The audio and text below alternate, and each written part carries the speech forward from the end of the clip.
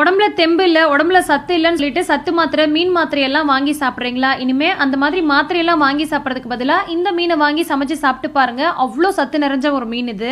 அதுலயும் ரொம்ப ரொம்ப கம்மியான விலையில கிடைக்கிற ரொம்ப ரொம்ப சத்தான ஒரு மீனுங்க அது. காய்கறி கறிக்கு பதிலாக வாரம் ஒரு முறை சாப்பிட்டுட்டு வாங்க. ஒமேகா 3 விட்டமின்ஸ் நிறைஞ்ச ஒரு மீன் இது. இந்த மீன்ல வைக்கிற குழம்பு அவ்வளோ டேஸ்டா இருக்கும்.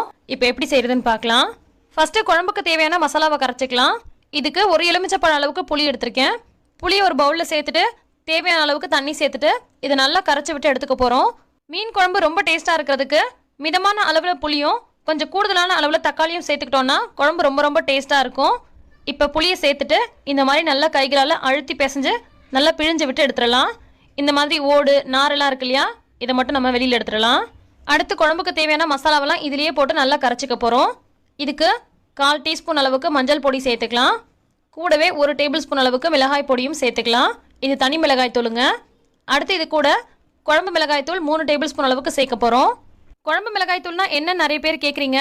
வேற ஒன்றும் இல்லைங்க, மிளகாய், மல்லி, சீரகம், மிளகு இன்னும் சில பொருட்கள்லாம் சேர்த்து அரைப்போம். அது எப்படி செய்கிறது அப்படின்றத தனி ஒரு வீடியோவாக போட்டிருக்கேன். தேவைப்படுறவங்க கீழே லிங்க் கொடுத்துருக்கேன், செக் பண்ணி பாருங்க. அடுத்தது குழம்புக்கு தேவையான உப்பு சேர்த்துட்டு இது எல்லாத்தையும் நல்லா கரைச்சி எடுத்துக்கலாம். அங்கங்கே கட்டி கட்டியாக இல்லாத மாதிரி நல்லா நைஸாக கரைச்சி விட்டு எடுத்துக்கோங்க. இந்த மாதிரி கரைச்சாச்சு. இது ஒரு ஓரமாக இருக்கட்டும். இப்போ நம்ம குழம்பு தாளிக்க ஆரம்பிச்சிடலாம். சாதாரணமாக வைக்கிற மீன் குழம்பை விட மண்பானையில் மீன் குழம்பு வைக்கும் போது டேஸ்ட்டு சும்மா அள்ளும். அதனால் பெரும்பாலும் மீன் குழம்பை மண்பானையில் செஞ்சுக்கோங்க.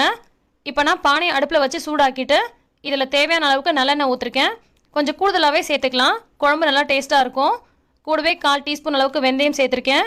1/2 டீஸ்பூன் அளவுக்கு சீரகம் சேர்த்துருக்கேன். இது ரெண்டுத்தையும் சேர்த்துட்டு ஒரு முறை எண்ணெயில் நல்லா சூடாக பொரிய விட்டுறலாம். அடுத்தது இது கூட நல்லா ஒரு கையளவுக்கு உரிச்ச பூண்டு சேர்த்துக்கலாம். எந்த அளவுக்கு உங்களுக்கு பூண்டு தேவையோ அந்த அளவுக்கு சேர்த்துக்கோங்க. நான் எப்போதுமே கொஞ்சம் கூடுதலாகவே சேர்த்துப்பேன். வெங்காயம் சேர்க்கறதுக்கு முன்னாடியே பூண்டு சேர்த்து கொஞ்சம் நேரத்துக்கு வதக்கி விட்டு செஞ்சுக்கோங்க. அப்போ குழம்போட டேஸ்ட் ரொம்ப ரொம்ப சூப்பராக இருக்கும். இப்போ தேவையான அளவுக்கு வெங்காயம் கட் பண்ணி சேர்த்துக்கலாம். நான் இன்றைக்கி மீடியம் சைஸில் 3 வெங்காயம் கட் பண்ணி சேர்த்துருக்கேன். சின்ன வெங்காயம் சேர்த்து செஞ்சிங்கன்னா டேஸ்ட் ரொம்ப ரொம்ப சூப்பராக இருக்கும். சின்ன வெங்காயம் சேர்க்குற மாதிரி இருந்தால் ஒரு 15லேருந்து 20 போல் சின்ன வெங்காயத்தை கட் பண்ணி சேர்க்காம அம்மிலையோ அல்லது உரக்கல்லையோ வச்சு லைட்டாக நசுக்கிட்டு அதுக்கப்புறமா சேர்த்துக்கோங்க. வெங்காயம் ஓரளவுக்கு வதங்கி நல்லா நிறம் மாறி வந்ததுக்கப்புறமா தக்காளியை சேர்த்து வதக்கிக்கலாம். நல்ல பழுத்த தக்காளி 3 அல்லது 4 தக்காளி நல்லா பொடியாக கட் பண்ணிவிட்டு சேர்த்துக்கோங்க. அப்படி இல்லைன்னா கைகளால் நல்லா மசிச்சு விட்ட மாதிரி பிசைஞ்சு விட்டு அதுக்கப்புறமா சேர்த்துக்கலாம். தக்காளியும் சேர்த்து ஓரளவுக்கு நல்லா வதங்கி வரணும், அது வரைக்கும் வதக்கிக்கோங்க. அடுத்தது இது கூட நம்ம 1/2 டீஸ்பூன் அளவுக்கு மிளகாய் பொடி ஆட் பண்ண போகிறோம். இந்த சமயத்தில் நம்ம மிளகாய் பொடி சேர்த்து ஒரு முறை வதக்கும் பொழுது இந்த குழம்போட கலர் இருக்கு இல்லையா, அது பார்க்குறதுக்கே ரொம்ப ரொம்ப சூப்பராக இருக்கும். ரொம்ப காரமாலாம் இருக்காது. வேணும்னா நீங்கள் மசாலா கரைக்கிறோம் இல்லையா புளி தண்ணியில், அப்போ கொஞ்சம் காரத்தை கம்மி பண்ணிவிட்டு இந்த சமயத்தில் 1/2 டீஸ்பூன் அளவுக்கு மிளகாய் பொடி கூட சேர்த்துக்கலாம். இந்த மாதிரி செஞ்சிங்கன்னா அந்த குழம்போட கலர் பார்க்குறதுக்கே சக்கச்சவேரும் ரொம்ப சூப்பராக இருக்கும். அடுத்தது நம்ம கரைச்சி வச்சிருக்க அந்த மசாலா தண்ணி இருக்கு இல்லையா, புளியோட சேர்த்து அதையும் இது கூட சேர்த்துட்டு கூடவே தேவையான அளவுக்கு தண்ணி சேர்த்துக்கலாம். அவ்வளோதாங்க. ஒரு முறை எல்லாத்தையும் நல்லா கலந்து விட்டுட்டு இந்த சமயத்தில் உப்பு காரம் எல்லாம் சரியாக இருக்கான்னு பார்த்துக்கோங்க. பத்தலைன்னா இந்த சமயத்தில் சேர்த்துக்கலாம். இப்போ இது கொஞ்சம் கொதி வரட்டும். கொதி வர ஆரம்பிச்சதுக்கப்புறமா கொஞ்சமாக கருவேப்பிலை சேர்த்துட்டு இதை நம்ம மூடி போட்டு ஒரு 5-10 நிமிஷம் வந்து கொதிக்க விடலாம். மூடி போட்டு கொதிக்க விட்டுக்கோங்க. உங்களுக்கு குழம்பு எந்த பக்குவத்துக்கு தேவையோ அது வரைக்கும் கொதிக்க விட்டுக்கோங்க. சில பேருக்கு கொஞ்சம் தண்ணியாக இருந்தால் பிடிக்கும், சில பேருக்கு நல்லா கெட்டியாக இருந்தால் பிடிக்கும். ஸோ உங்களுக்கு எந்த அளவுக்கு தேவையோ அது வரைக்கும் நல்லா கொதிக்க விட்டுக்கோங்க. இப்போ ஒரு 10 நிமிஷம் போல் நல்லா கொதிச்சிருச்சு.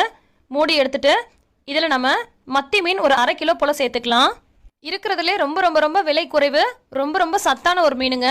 கண்டிப்பாக இதை நீங்கள் பார்த்தீங்கன்னா மிஸ் பண்ணாமல் வாங்கி அடிக்கடி செஞ்சு சாப்பிடுங்க. வாரத்துக்கு 2 முறையோ அல்லது 1 முறையோ கண்டிப்பாக எடுத்துக்கோங்க. இதில் புரோட்டீன் ரொம்பவே அதிகமாக இருக்குது. அதே மாதிரியே விட்டமின்களும் தாது சத்தும் ரொம்பவே அதிகமாக இருக்குது. சத்து மாத்திரை, விட்டமின் மாத்திரை, விட்டமின் டானிக்லாம் எடுக்கிறதுக்கு பதிலாக இந்த மாதிரி செஞ்சு சாப்பிட்டுட்டு வந்தீங்கன்னா உங்களுக்கு எப்போதுமே ஆரோக்கியமாக இருக்கிறதுக்கு ஹெல்ப் பண்ணும். மற்ற எல்லா விதமான மீனில் குழம்பு வைக்கிறத விட இந்த மீன் ஒரு 4 மீன் போட்டு வச்சிங்கனாலே போதும். குழம்பு அவ்வளோ வாசனையாக அவ்வளோ மனமாக டேஸ்ட் ரொம்ப ரொம்ப சூப்பராக இருக்கும். இந்த மீன் குழந்தைங்கள்லேருந்து பெரியவங்க வரைக்கும் யார் வேணால் சாப்பிட்லாம். சர்க்கரை நோயாளிகளுக்கு இந்த மீன் ரொம்ப ரொம்ப நல்லது. மத்தி மீனில் கால்சியம் சத்து அதிகமாக இருக்கிறதுனால எலும்பு தேய்மானம், எலும்பு சம்மந்தப்பட்ட எந்த நோயும் வராமல் இருக்கும்.